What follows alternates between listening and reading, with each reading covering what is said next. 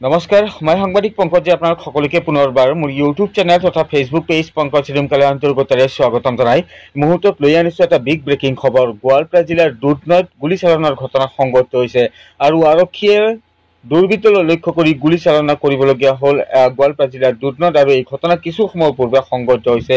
সবিশেষ তথ্য দিয়াৰ পূৰ্বে ক'ব বিচাৰিছো, যদিহে আপোনালোকে অনাগত সময়ত মোৰ ইউটিউব চেনেল তথা ফেচবুক পেজ পংকজ লিমকাৰ জৰিয়তে বিভিন্ন দিশৰ খা খবৰসমূহ জানিব বিচাৰে বা চাব বিচাৰে, তেন্তে ছাবস্ক্ৰাইব কৰি থৈ দিব পাৰে মোৰ ইউটিউব চেনেল পংকজ লিমকা, ফলো কৰি থৈ দিব পাৰে মোৰ ফেচবুক পেজ পংকজ লিমকা। তো ইতিমধ্যে আপোনালোকক অৱগত কৰাইছো যে গোৱালপাৰা জিলাৰ দুধনৈত এক চাঞ্চল্যকৰ ঘটনা সংঘটিত হৈছে। গুলীচালনা কৰিবলগীয়া হৈছে আৰক্ষীয়ে আৰু দুৰ্বৃত্তলৈ লক্ষ্য কৰি তিনিজাক গুলীচালনা কৰিবলগীয়া হ'ল আৰক্ষীয়ে।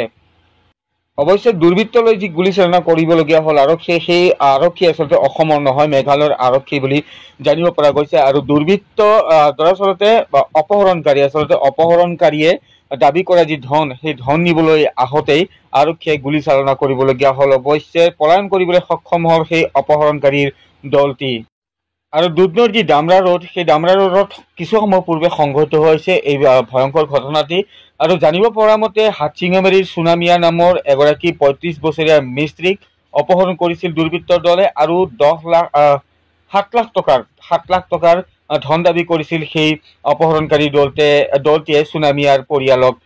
আৰু এনে প্ৰেক্ষাপটত দেখিবলৈ পোৱা গৈছিল যে ১৩ আগষ্টত চুনামিয়াক হাত ভৰি বান্ধি বকৰ এটা প্ৰান্তত পুখুৰীত পেলাই দিছিল অপহৰণকাৰী দলটো। কিন্তু সৌভাগ্যক্ৰমে প্ৰাণ ৰক্ষা কৰিবলৈ সক্ষম হৈছিল চুনামিয়া নামৰ যিগৰাকী যুৱকক অপহৰণ কৰিছিল সেই যুৱকজন। তাৰপিছতে পৰিয়ালৰ অৱগত কৰিছিল, ঘৰত আহি উপস্থিত হয় চুনামিয়া আৰু পৰিয়ালক কথাটো অৱগত কৰায়। কিন্তু সেই সমগ্ৰ কথাটো আচলতে গোপনে ৰাখি থোৱা হৈছিল আৰু অপহৰণকাৰী দলটোৱে কিন্তু তাৰ পিছতো চুনামিয়াৰ যি পৰিয়ালৰ লোক, সেই পৰিয়ালৰ লোকক যি দাবী কৰা ধন, সেই ধন দিবলৈ দাবী কৰি আছিল। আৰু আজি সন্ধিয়াৰ ভাগত আচলতে চুনামিয়াৰ যি পৰিয়ালৰ লোক, সেয়া দুৰ্বৃত্তৰ দলটোক আচলতে কৰায়ত্ব কৰাৰ এক পৰিকল্পনাৰে উপস্থিত হৈছিল দুধনৈৰ যি ডামৰা ৰোড আছে, সেই ডামৰা ৰোডত। আৰু তেনে সময়তে পূৰ্বৰে পৰা মেঘালয় আৰক্ষীয়ে খাপ পিটি আছিল। আৰু খাপ পিটি থকা অৱস্থাত যেতিয়া চুনামিয়াৰ পৰিয়ালৰ লোকে অপহৰণকাৰী দলটিক আচলতে টকা বুলি যি খালী বেগ দিছিলে, সেই খালী বেগ দেখি দুয়োটাৰ মাজত চুনামিয়াৰ পৰিয়ালৰ লোক আৰু দুৰ্বৃত্তৰ দলৰ মাজত তৰ্ক বিতৰ্ক হয়। আৰু তেনে সময়তে মেঘালয় আৰক্ষীয়ে দুৰ্বৃত্তৰ দলটোক ধৰিবলৈ চেষ্টা কৰিছিল, কিন্তু সেই সময়তে পলায়ন কৰিবলৈ চেষ্টা কৰে। কিন্তু তাৰ পিছত দেখিবলৈ পোৱা গ'ল যে মেঘালয় আৰক্ষীয়ে গুলীচালনা কৰে দুৰ্বৃত্তৰ যি দল আছিল, সেই দলটোলৈ লক্ষ্য কৰি। আৰক্ষীয়ে গুলীচালনা কৰিলেও কিন্তু ঘটনাস্থলীৰ পৰা পলায়ন কৰিবলৈ সক্ষম হয় দুৰ্বৃত্ত। আৰু এই যি ঘটনা, সেই ঘটনাক লৈ তীব্ৰ চাঞ্চল্য বিৰাজ কৰা সমগ্ৰ অঞ্চলটোতে। প্ৰথম অৱস্থাত কোনে কাক কিয় গুলীচালনা কৰিলে বা কোনে কাক কিয় গুলী মাৰিলে, সেই কথাটোৰ পোহৰলৈ অহা নাছিল।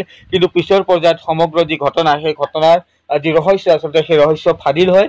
আৰু তাৰপিছত এই কথাটো অপহৰণ কাণ্ডৰ সৈতে জড়িত যি ঘটনা আচলতে পোহৰলৈ আহিল, সেই ঘটনা পোহৰলৈ অহাৰ পিছতে সকলোৱে স্বস্তিৰ নিশ্বাস এৰে। ঘটনাস্থলীৰ পৰা আৰক্ষীয়ে ইতিমধ্যে কেইবাটাও মোবাইল সমান্তৰালকৈ স্কুটি এখন জব্দ কৰিবলৈ সক্ষম হৈছে। আৰক্ষীয়ে যি দুৰ্বৃত্ত আছিল, সেই দুৰ্বৃত্তৰ সন্ধানত আচলতে অভিযান অব্যাহত ৰাখিছে। ঠাই ঠাই ঠাই আৱাজ পালো, আৱাজগুলো যে কিহৰ ফটকাৰে না গুলিৰে বুজি নাপালো।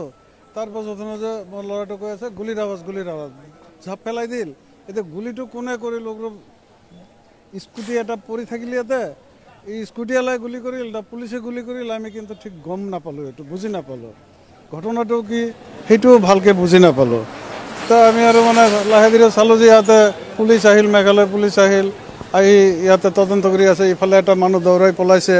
সেই মানুহটাই যে কোনে আছিল, কি স্কুটিৰ মানুহটাই আছিল না কি বাহিৰা মানুহ ভয়তে পলাইছে, সেইটাও ঠিক ক'ব নোৱাৰোঁ। কিন্তু গুলিৰ আৱাজটো পাইছোঁ। মোটামুটি ৪-৫টাতো হ'ব, ৪-৫টা গুলি শব্দ পাইছোঁ। মানুহগিলা এতিয়া পাৰফেক্ট আমি গম পোৱা নাই যে স্কুটিৰ মানুহটো ইফালে গৈছে না ভয়ে দৌৰাই মানুহগিলা ইফালে গৈছে, সেইটা ঠিক গম পোৱা নাই। কিন্তু এজন মানুহ খুব স্পীডত ইফালে দৌৰাই গৈছে, এতিয়া দেখা পালোঁ আৰু কি স্কুটিখন পৰি থকা দেখা পালোঁ। তো কিটা গুলিৰ আৱাজ পালোঁ, তো গুলিৰ আৱাজ পালোঁ ইয়াতে এটা স্কুটিও পৰি আছিল। তো স্কুটিৰ মানুহটাই ইফালে দৌৰি গ'ল না পাব্লিকে দৌৰি গুলিৰ আৱাজ পাই ভয়তে দৌৰাই পলাইছে, এটা ঠিক বুজি পোৱা নাই। কিন্তু ইফালে মানুহ দৌৰাই পলাইছে আৰু কি। তাৰপাছত পুলিচ গাড়ীটো পাছত আহিল, কিন্তু এতিয়া গুলিটো যে কোনে কৰিছে এইটো কিন্তু আমি গম পোৱা নাই। যিজন স্কুটিত আছিল সি গুলি কৰিছে না কোনো পুলিচৰ মানুহে গুলি কৰিছে সেইটো কিন্তু সেই সময়ত আমি গম পোৱা নাই। এতিয়ালৈকেও গম পোৱা নাই কোনে গুলি কৰিছে, পুলিচে গুলি কৰিছে না যি মানুহটা স্কুটিত আছিল সি গুলি কৰিছে। স্কুটিটো ইয়াতেই পৰি আছিল, তাৰপাছত ৰাস্তাৰ মাজত পৰি আছিল, মানুহে পাব্লিকে টানি টুনি চাইড কৰি থৈছে আৰু কি, ৰাস্তাটো ক্লিয়াৰ কৰি দিছে। পুলিচ এই গাড়ীতেই অহা যেন ছাছপেক্ট, ইমান দূৰৰ পৰা মানে ভালকৈ ফ'ল' যদিও কৰিব পৰা নাই, পুলিচৰ মানুহেই আহিছিল যেন লাগে মেঘালয়ৰে। তাৰপাছত কিছুমান পুলিচে ইফালে ইফালেও গ'ল দৌৰা-দৌৰি কৰি, কোনফালে গৈছে ঠিক ক'ব পৰা নাই। আৰু সেইগিলা মানুহকে তদন্ত কৰি ধৰবা গৈছে না কি কৰিব গৈছে ঠিক বুজি পোৱা নাই। সেইগিলা মানুহ নাইও বৰ্তমান ইয়াতে। 4-5টা হ'ব, 4-5টামান গুলিৰ শব্দ হ'ব।